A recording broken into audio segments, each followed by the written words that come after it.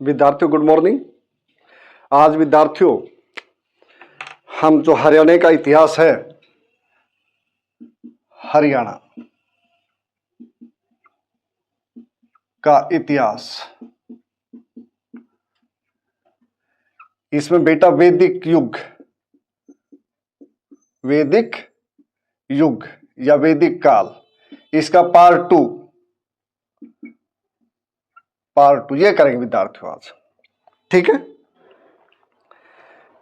कल पार्ट 1 करा था विद्यार्थियों के, जिसमें ये बताया था कि भी सप्त सिंधु है, भाग सरस्वती है, दरस्वती है और आर्यवर्त, ब्रह्म ऋषि, देवभूमि हरियाणा को कहा गया या उसका भाग रहे हरियाणा प्रदेश उनका।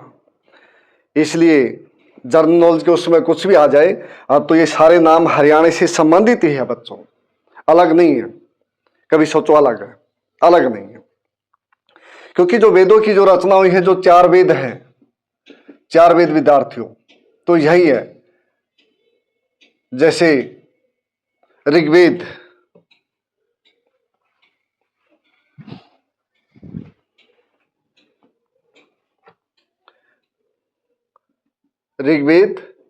सामवेद, यजुर्वेद और विद्यार्थियों अथर्ववेद। ठीक है, ये 4 वेद, इनकी रचना सरस्वती जो नदी है, सप्त सिंधु है, और इसके पास हुई, इसके किनारे हुई, कुछ भी कहें हम कि इसी प्रदेश में हुई है। ठीक है, अब उसके बाद बात आई विद्यार्थियों की भाई महिलाओं की पोजीशन क्या थी। महिला की स्थिति, अगर एक प्रश्न आता कि महिलाओं की स्थिति क्या थी, ये तो ये लिखना पड़ेगा भी ठीक है, सामान्य थी। कई जगह ये भी लिखा कि भी बराबर थी, लेकिन एक बात ये भी विद्यार्थी बिल्कुल क्लियर कि भी इसमें लोपा, विश्ववारा और घोषा मान लो प्रमुख रही इस समय की विदुषियां। लोपा, विश्ववारा, घोषा आदि ये रही, जबकि कुल मिला के ये है विद्यार्थियों की भी अलग अलग किताबों में बच्चों अलग अलग है। कितनी में मतलब विदुषियां थी यहाँ पे, तो एक अनुमान के अनुसार 17 थी एक जगह, जो एक तरह से ऑथेंटिक है। ठीक है, वैसे तो 25 भी है, 30 भी है, लेकिन जो 17 विदुषियां थी ये ऑथेंटिक है, ज्यादातर जो इतिहासकार उनके द्वारा मान्य ही है। अब दूसरी बात है विद्यार्थियों कि भाई कुछ भी हो लेकिन बराबर नहीं था। जो आपको मैं बताऊं, जैसे हम थाली बजाते हैं या कोई बर्तन बजाता है, बजाना, ठीक है, जो इस चीज की परंपरा थी, ये विद्यार्थियों यहां से आई है, वैदिक युग से। ये केवल और केवल जब भी लड़का पैदा होता था तो तभी थी, लड़की पैदा होने पे कभी भी थाली नहीं बजाई गई, ये बात भी है। जबकि लोपा मुद्रा है, जो इसका पूरा नाम लोपा मुद्रा बच्चों, ठीक है, इस विदुषी का नाम, अपने माँ बाप के साथ रही, अनमैरिड रही। बहुत सी विदुषियां थी जिन्होंने बेटी की तरह माँ बाप की सेवा की है, लेकिन उसके बावजूद भी वो सम्मान नहीं है। इसमें जो ऋषि मुनि जो श्लोक लिखे हुए हैं, यही मिलता कि लड़कों के लिए ये अपनी प्रार्थना करते, कुछ भी करते हैं, ये क्लियर है। ठीक है, तो ये बात हाँ ये है कि भाई इसको ये कहा गया कि भाई गृह स्वामिनी महिला को, जो घर की स्वामिनी है, ठीक है, और सहधर्मनी,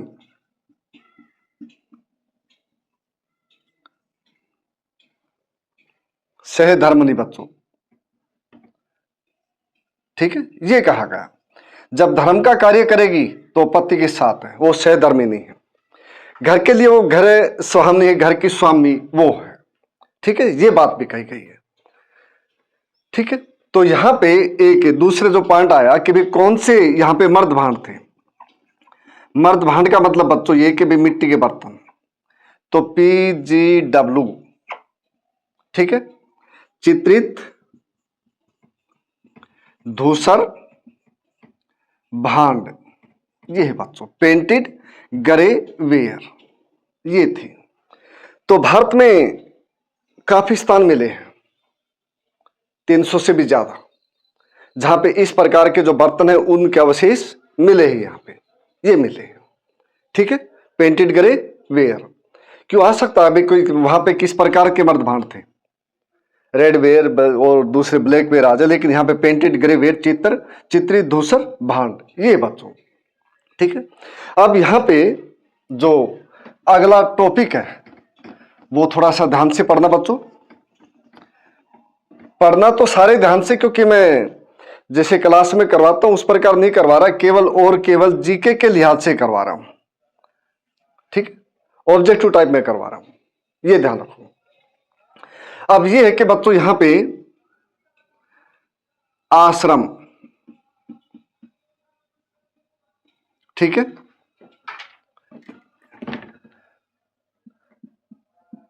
आश्रम विद्यार्थियों कितने हैं, 4।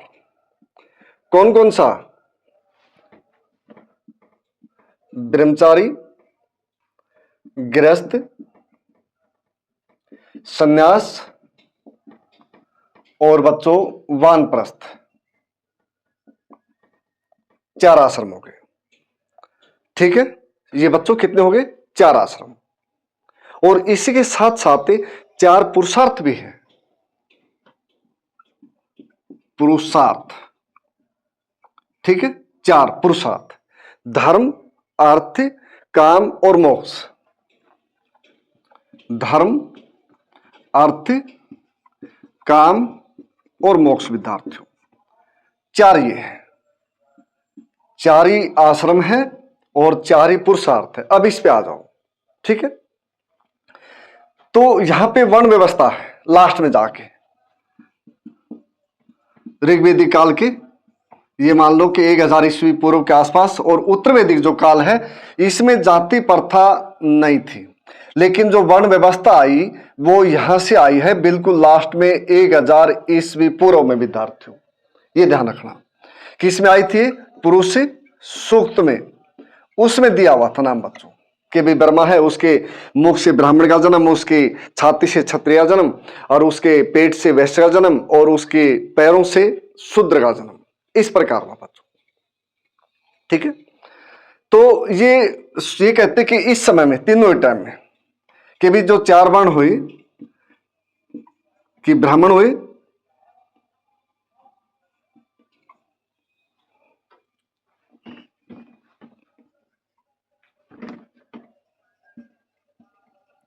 ब्राह्मण, क्षत्रिय, वैश्य और विद्यार्थियों शूद्र, 4 वर्ण।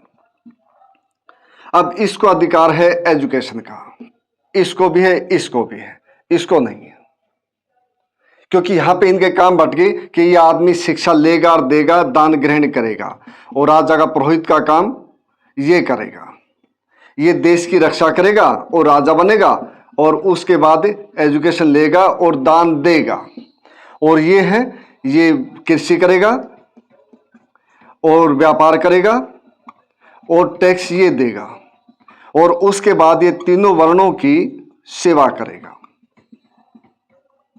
सेवा करेगा, तीनों वर्णों की सेवा ये करेगा। ठीक है, इसलिए यहां पे जो एजुकेशन आई इसकी उम्र है 8 साल।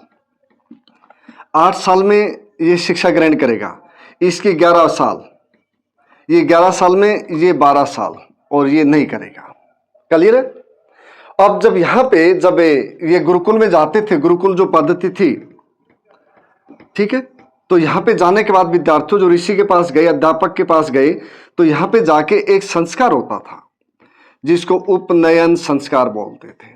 कौन सा संस्कार? जब शिक्षा गुरु के पास गया तो सबसे पहले जो गया तो जब उसने संस्कार किया तो उपनयन संस्कार है। ठीक है, अब इसको जनेऊ पहनाया गया, यहां पे जनेऊ।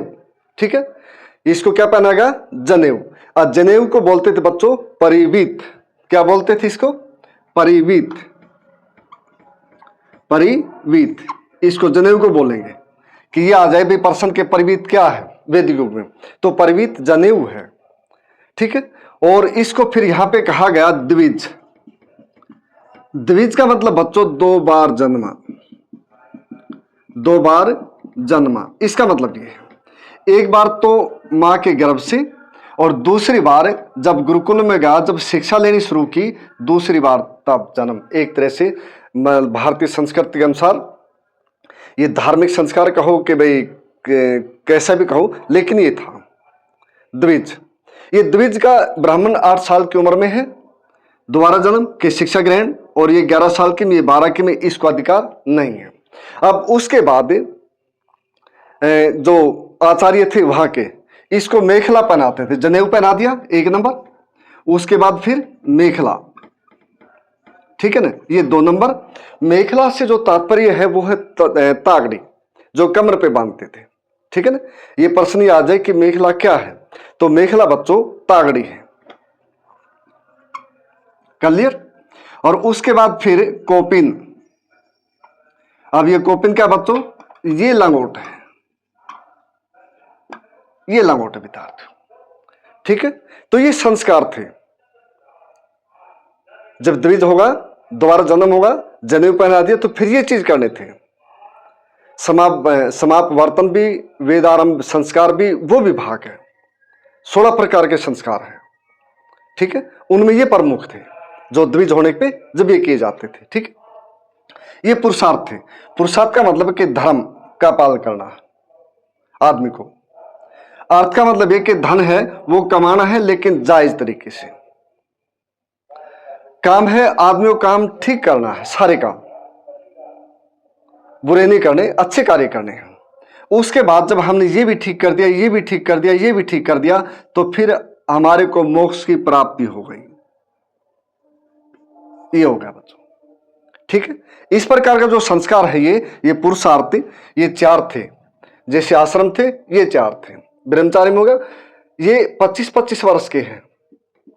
25 वर्ष तक आदमी ब्रह्मचारी रहेगा, उसके बाद गृहस्थ आश्रम 25 के लिए, उसका शादी करेगा, फिर बाल बच्चे पैदा होंगे, उसके बाद फिर आदमी 50 के बाद संन्यास आश्रम में, फिर 75 के बाद वानप्रस्थ में। इसमें केवल आदमी ज्ञान बांटता है, और इसमें तो वानप्रस्थ मैंने जंगलों की तरफ चला गया आदमी, इसमें तो ये था, ठीक है। इस प्रकार ये करते हैं।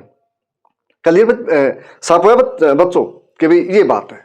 तो महिलाओं के बारे में बता कि नहीं, लोपा है, मुद्रा है, विश्वारा है, और विदुषी थी वो रही, लेकिन वो सम्मान नहीं था, ये बात भी क्लियर है, ठीक है।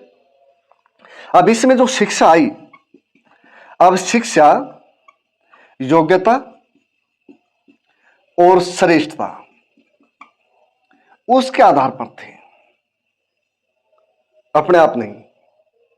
धार्मिक शिक्षा थी, लेकिन धार्मिक शिक्षा के साथ साथ जो दूसरे विषय थे, जैसे मैथमेटिक्स है, ज्योमेट्री है, जो मैथमेटिक्स है, फिजिक्स है, केमिस्ट्री है, उस समय की, आज की नहीं, उस समय की हिस्ट्री है, ज्योग्राफी है, पॉलिटिकल साइंस, ये पढ़ाई जाती थी यहाँ पे, ठीक है ना। और यजुर्वेद में ये कहा गया है कि भाई शूद्र भी ज्ञान प्राप्त कर सकता है, और किसी में नहीं है, यजुर्वेद में है कि भाई ये आदमी भी ज्ञान प्राप्त कर सकता है, ठीक है। तो ये बात कही गई। अब इसके साथ साथ और थे, जैसे आदमी कपड़े पहनते तो उस समय में कि वस्त्र थे, एक तो सूती वस्त्र और एक बच्चों ऊनी वस्त्र। कई जगह रेशम के वस्त्र भी लिखा हुआ है, लेकिन 2 प्रमुख थे ये 2, नीवी व्यास अधिवास। नीवी वास अधिवास, नीचे से ऊपर मैंने जानबूझ के लिखा ये, क्योंकि जो नीवी है ये शरीर के निचले हिस्से में पहना जाएगा, ये ध्यान रखी बात। नीवी शरीर का जो निचला हिस्सा है उससे पहना जाएगा, वास है ये बीच वाले हिस्से में पहना जाएगा, अधिवास है ये ऊपरी हिस्से में पहना जाएगा, ठीक है। नीवी निचला हिस्सा कि प्रश्न आ जाए भी नीवी के से क्या तात्पर्य वैदिक युग में, कि कमर से जो नीचे का हिस्सा था उस पे जो कपड़ा पहना जाता था उसको नीवी बोलते थे। वहां से जो वो जो पेट होगा उस हिस्से को बोलते थे, बीच वाले हिस्से को, छाती से नीचे वाला। आदिवास ऊपर वाले हिस्से को बोलते थे, ठीक है। लेकिन ये कहते कि इस समय में भाई सिलाई नहीं थी और केवल कपड़ों की गांठ मार के फिर आदमी पहनते थे, गांठ मार के। ये तात्पर्य बच्चों इससे, ठीक है। तो ये ध्यान रखो, कपड़े हुए, एजुकेशन प्राप्ति हुई, संस्कार हुए, आश्रम हुए और पुरुषार्थ भी हो गए। महिलाओं के साथ जो सम्मान था वो भी होगा, ठीक। तो विद्यार्थियों ये कपड़े पहनने के ये उसकी वैरायटी किस किस पर मतलब चीज से बने थे। ये आश्रम 4, ये पुरुषार्थ 4, ये महिलाओं की स्थिति कि बराबर मिलेगा लिखा हुआ।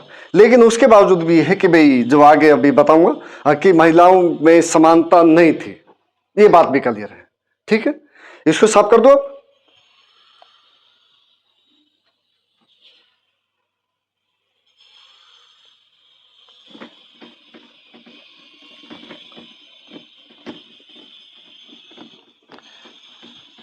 बच्चों एक बात ध्यान रखो कि भी जो वैदिक युग है उसको 2 भागों में बांटते हैं। एक तो ऋग्वेदिक काल, एक दूसरा बेटा उत्तर वैदिक काल, ठीक है। एक ऋग्वेदिक काल है, दूसरा उत्तर वैदिक काल है। ऋग्वेदिक काल का तात्पर्य केवल ऋग्वेद से है कि जिसका समय 1500 ईस्वी पूर्व से लेकर के 1000 ईस्वी पूर्व तक है, ठीक है ना। जिसका समय केवल 1500 से लेकर के 1000 ईस्वी पूर्व तक है। कुछ किताबों में 1100 भी लिखा हुआ है। उसके बाद जो उत्तर वैदिक काल है उसका जो तात्पर्य है वो 1000 ईस्वी पूर्व से लेकर के 600 ईस्वी पूर्व तक है। वो उत्तर वैदिक काल कहलाता, लेटर वैदिक पीरियड।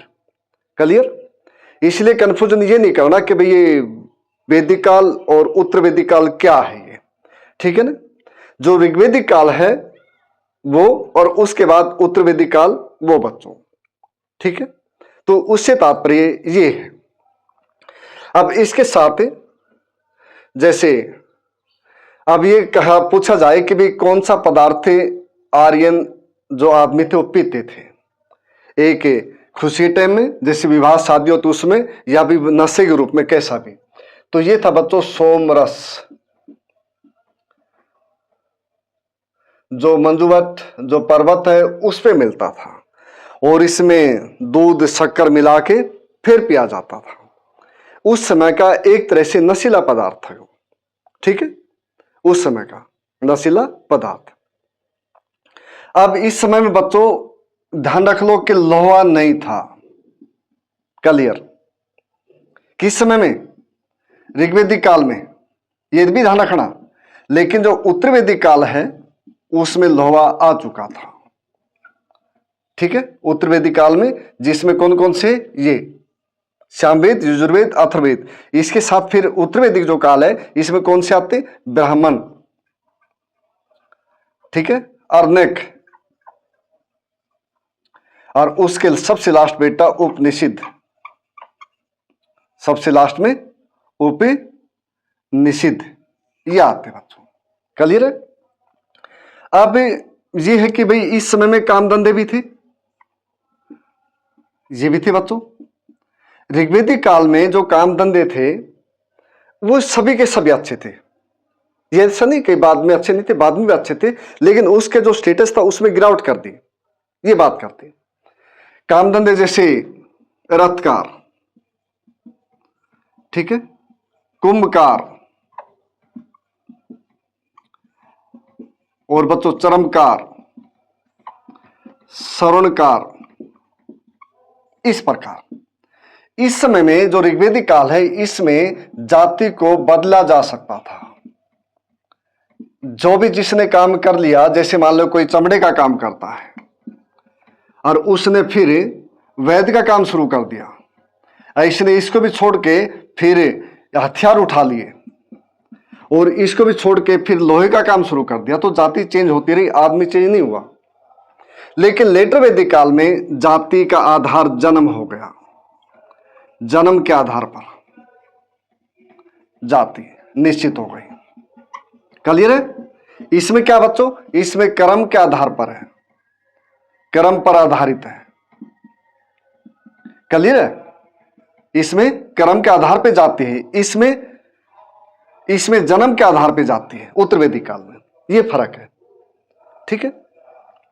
अब यहां पे इन सभी का बहुत इज्जत थी, सभी की इज्जत थी। लेकिन लेटर वैदिक युग में ये रथकार को छोड़ करके चरमकार भी, कुंभकार भी, ये इनकी पोजीशन डाउन हो गई। जबकि पहले ये एक सोशल स्टेटस के आधार पे अच्छे थे। ठीक है। तो ये हुआ। अब ये पूछा जाए कि भी बात जो समाज था, क्या भी आदर्श समाज था? क्या आदर्श समाज था? ये पूछा जाए तो बेटा नहीं था। क्लियर है? नहीं था। क्योंकि इस समय में चोरी भी होती थी, प्रमुख रूप से किसकी? पशुओं की। घरों में सेंधमारी भी, रात को घर तोड़ देना, ये भी। इस समय में बलात्कार के भी अवशेष है लिखित में। जैसे इंद्र है वो सरस्वती के साथ कई बार दुस्साहस करता है, ठीक है ना, बलात्कार करता है। सूर्य है, उसकी बहन सूर्या है, उनके भी संबंध है कुछ ऐसी, और भी बहुत है। ठीक है ना। ये था इसमें। इस समय में आदमी जुआ भी खेलते थे, ये था। इसलिए हम ये कहेंगे कि इस समय का अगर प्रश्न ये आ जाए कि क्या वैदिक कालीन समाज या ऋग्वैदिक है या उत्तर वैदिक है, क्या एक आदर्श समाज था? तो नहीं था। ठीक है विद्यार्थियों। तो ये था आपका टॉपिक उत्तर वैदिक काल का सेकंड पार्ट। आसान बेटा, 4 वेद हैं, 4 पुरुषार्थ है, 4 आश्रम से। ऋग्वैदिक काल में दूसरे उसमें समझाऊंगा फिर मैं, क्योंकि इसमें महाभारत भी आता है हरियाणा के संदर्भ में कि भी 1000 के आसपास युद्ध हुआ, लेकिन वो एक अलग टॉपिक कर दूंगा मैं। इस समय में जाति प्रथा नहीं है, इस समय महिलाओं के साथ भेदभाव भी नहीं है, इस समय में बहुविवाह भी नहीं है, इस समय में यज्ञ की इतनी कठिन प्रक्रिया नहीं थी, इस समय में पुरोहितवाद का इतना दबदबा नहीं था। उत्तर वैदिक काल में जाके सारी बीमारियां हो गई। तो ऋग्वैदिक समाज के बारे में यह कहे कि ऋग्वैदिक समाज एक तरह से अच्छा समाज था। इसमें गोत्र प्रणाली नहीं है, गोत्र नहीं है, इसमें आ गया गोत्र। ठीक है ना। अगर प्रश्न ये पूछा जाए कि गोत्र प्रणाली, जो गोत्र है सरनेम में, ये किस समय में आए? ये तो उत्तर वैदिक काल में आए। ठीक है, इस समय में आए। ठीक। पशुओं की चोरी भी, सेंधमारी भी, बलात्कार भी, और बलि में पशुवध भी। एक और लिख दो, बलि प्रथा में पशुवध भी। इसलिए आर्य जो समाज है या उत्तर जो वैदिक कालीन समाज है वो आदर्श समाज नहीं था। तो ठीक है बेटा, तो सभी बच्चों का धन्यवाद।